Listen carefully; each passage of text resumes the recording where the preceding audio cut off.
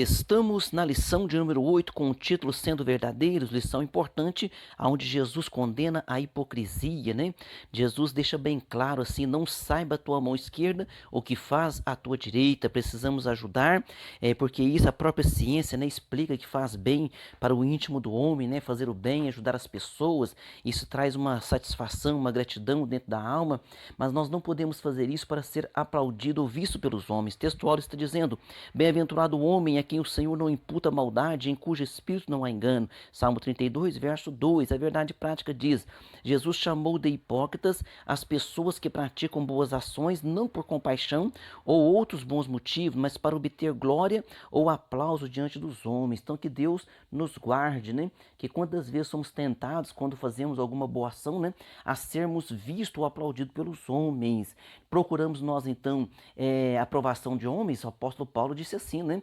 Leitura bíblica em classe se encontra em São Mateus, no capítulo 6, do verso 1 ao verso 4.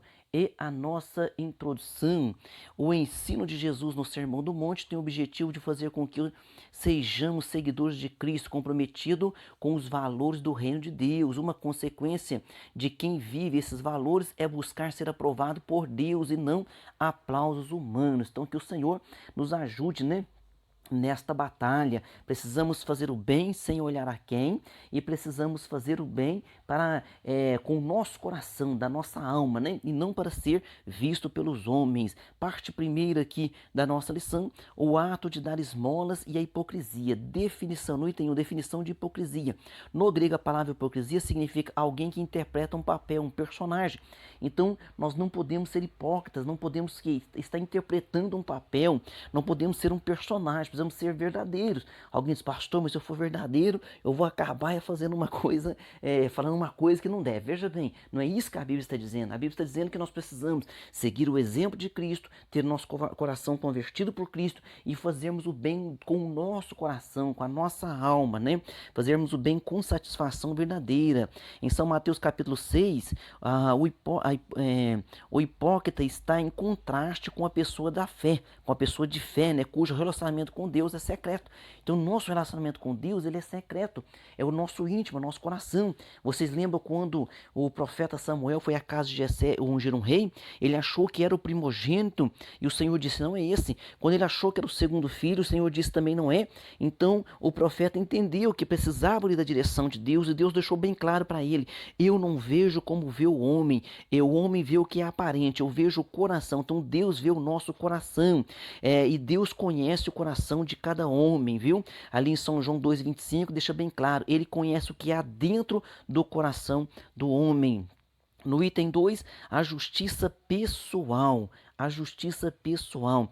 Por intermédio da justiça pessoal, os discípulos de Jesus deveriam viver diferentemente dos fariseus, os quais projetavam em suas práticas religiosas mostrar ao público sua grande espiritualidade. Então Jesus deixou isso bem claro. Ele fala assim, ó, guardai-vos de fazer as vossas esmolas diante dos homens, para serdes vistos por eles. Aliás, não tereis galardão junto ao vosso Pai que está no céu. Então Jesus deixou bem claro. Se nós fazermos alguma coisa para sermos aplaudidos pelos homens, então nós já recebemos o galardão tá aqui na terra, e não o que nós estamos aguardando, ou seja, nós fizemos do nosso coração, a Bíblia diz que estamos ajuntando tesouro nos céus, né? Tomemos todo o cuidado, pois a tentação, tomemos todo o cuidado, pois a tentação, né, de exibir a justiça pessoal poderá surgir em nossos atos piedosos de oração e jejum e oferta. Então, nós podemos ser tentados a todos os momentos, né? Ah, porque eu estou jejuando tantas vezes, porque eu jejuei de tal hora a tal hora. Tomemos esse cuidado. Vamos agora para o item 3 aqui. No item 3 da primeira parte, as 3 práticas da ética cristã. O apóstolo Tiago falou que a religião verdadeira, ele explica lá em Tiago capítulo 1 e versículo 22, né? A religião verdadeira, ajudar as viúvas, ajudar os órfãos. Então ele está falando da religião verdadeira, temer a Deus. Então nós precisamos colocar em prática a verdadeira religião. Por quê?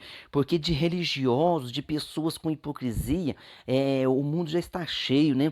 As pessoas de repente estão até deixando-se chegar a Deus por causa desses desses maus exemplos, que Deus tenha compaixão e misericórdia. Jesus deixa claro que nesse serviço cristão não podem faltar a oferta, a oração e o jejum.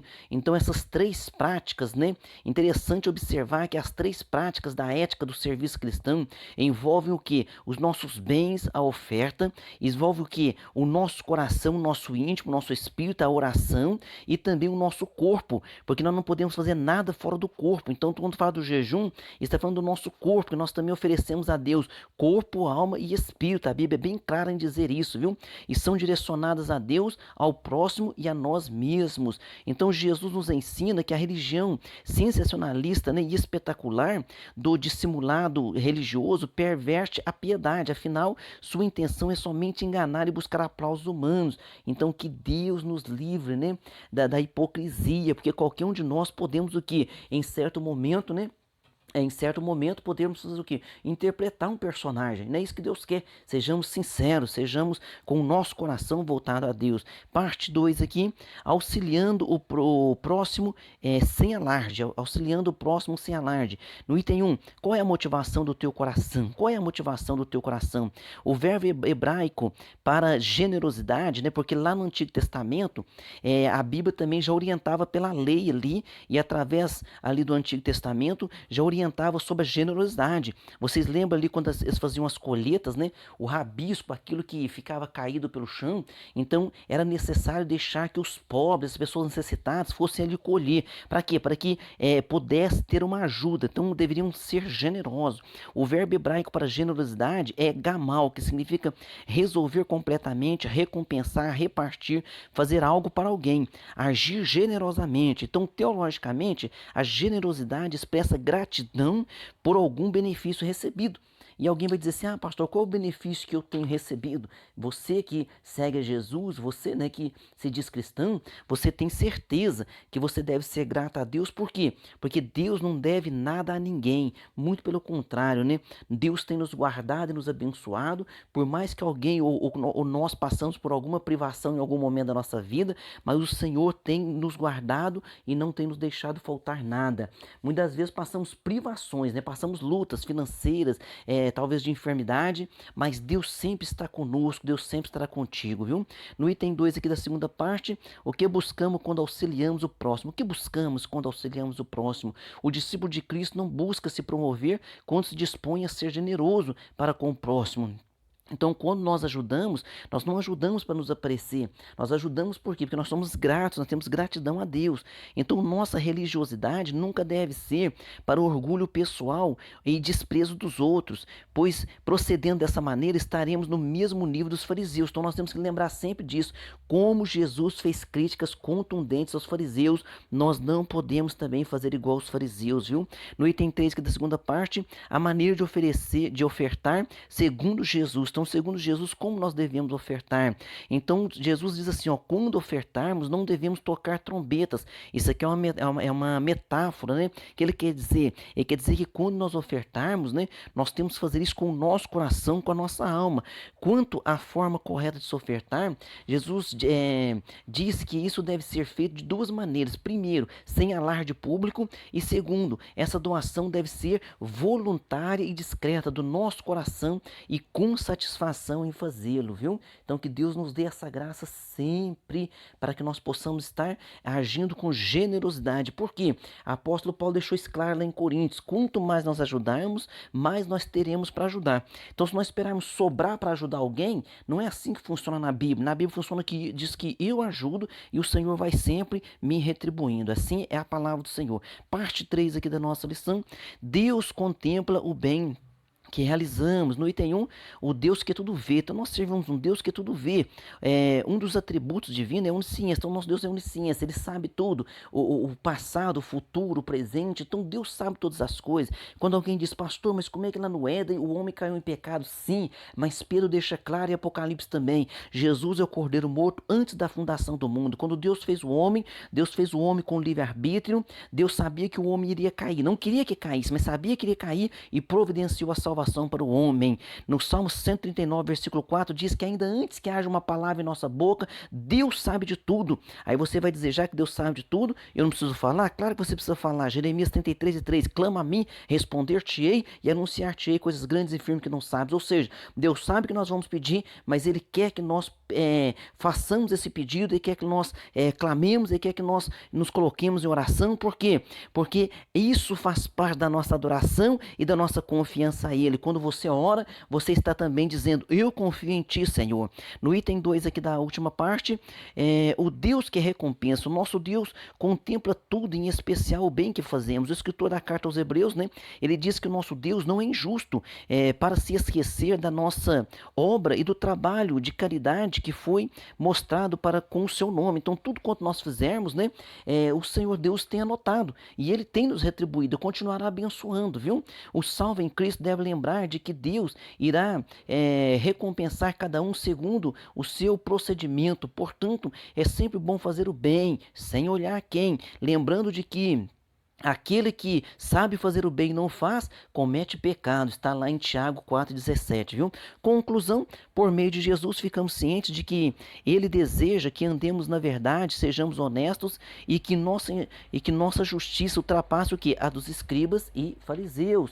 Então devemos evitar e correr, né, para não praticarmos a hipocrisia. Na pergunta, vamos para nossas perguntas, para o nosso questionário. O que caracteriza a palavra hipocrisia no Evangelho de Mateus é o que? Uma pessoa que está interpretando um papel, é um personagem. Deus não quer que nós sejamos hipócritas. Na pergunta 2, quais são os três grandes deveres, né, do cristão? Qual que é? É a oferta, a oração e o jejum. Então está falando dos nossos bens, está falando do nosso íntimo, da nossa oração, e está falando do nosso corpo. Devemos nos entregar a Deus de corpo, alma e espírito. Na pergunta 3, de acordo com o ensinamento de Jesus, qual é a nossa forma correta de ofertar? Então nós temos que ofertar primeiro, sem alarde público, e segundo, a nossa doação, ela deve ser voluntária, discreta e do coração. Pergunta 4, quais são as partes essenciais da religião para com Deus? É o que? É cuidar dos órfãos e das viúvas e temermos a Deus, né? Tiago 1:27 fala então da verdadeira religião.